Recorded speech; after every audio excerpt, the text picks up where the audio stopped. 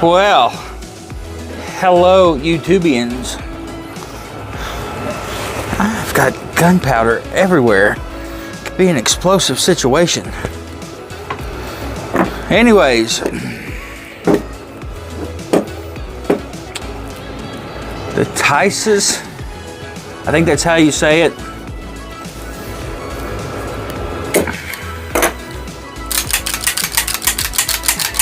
$45.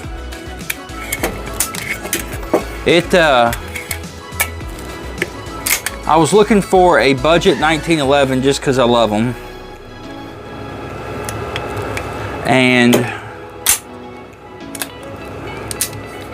came across the reviews of this one.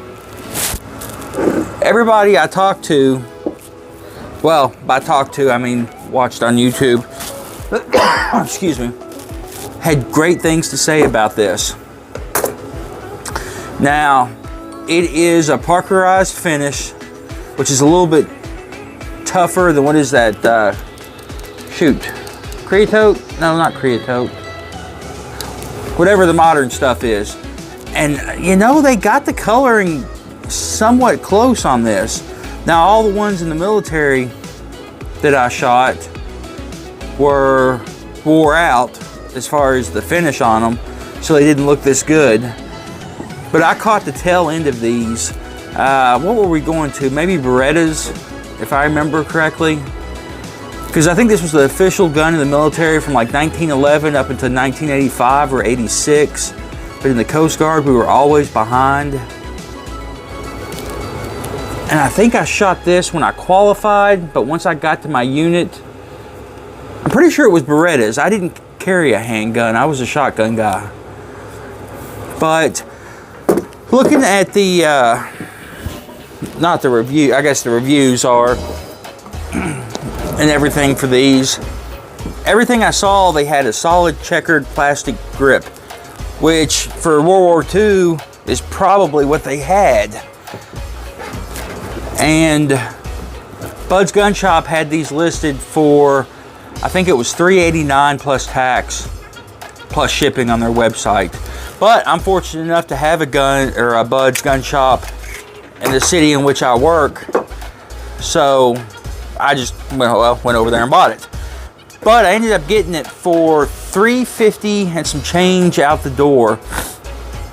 And it was actually way cheaper that when I got to the car, I opened it back up to be sure I got the right one, because they've got a couple different models of these, and some they vary, you know, $50 here or there on price.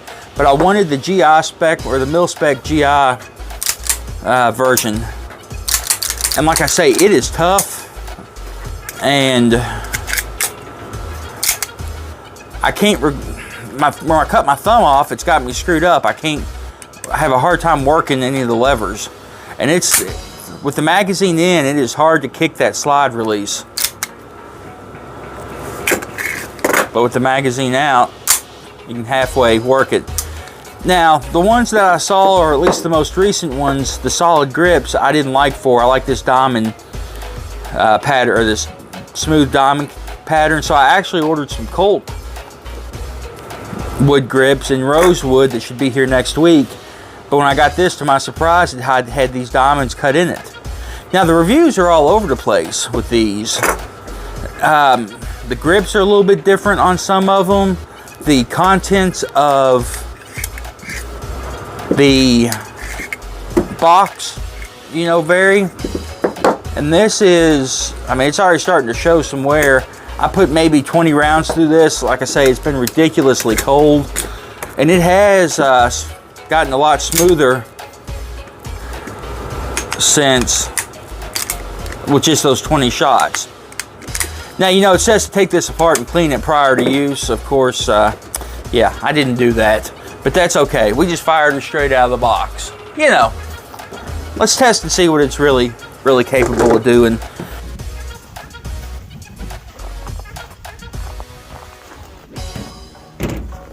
Man, is it cold.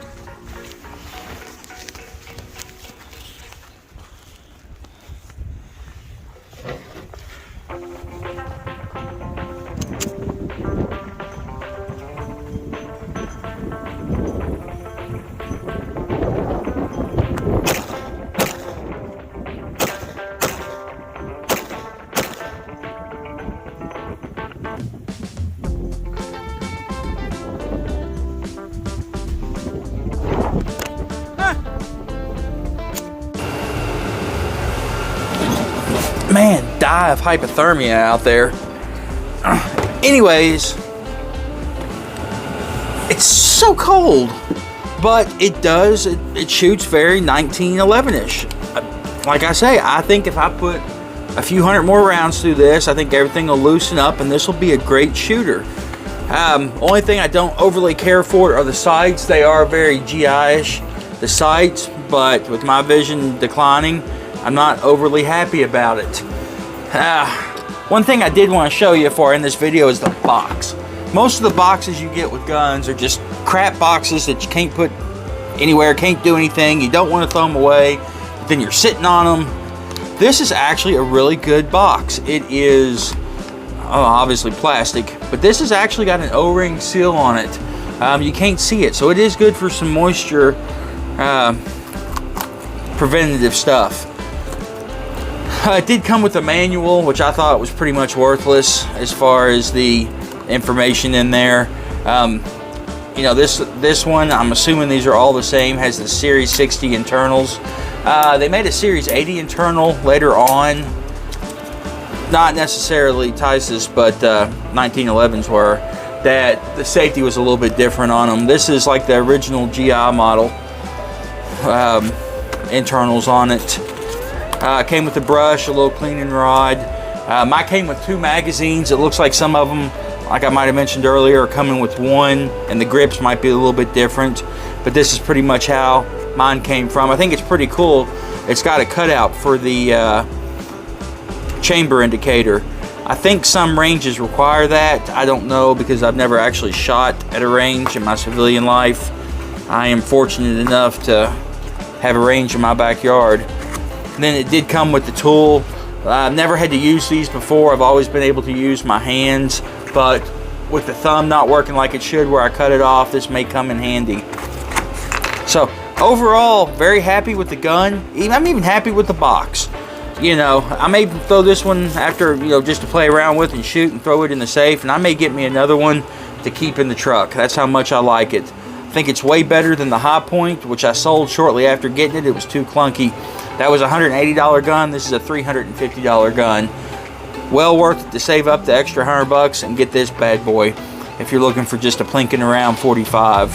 So anyways, you guys be good and be safe. We'll catch you next time. If you have any questions, comments, or concerns about this, let me know. I am no expert in firearms. I do like to piddle around with them and have been shooting since I was about 6. So let me know if you want to know anything else about this. I will try to answer it, and we will go from there. All right, we'll catch you guys next time. You all be good and try to stay warm out there.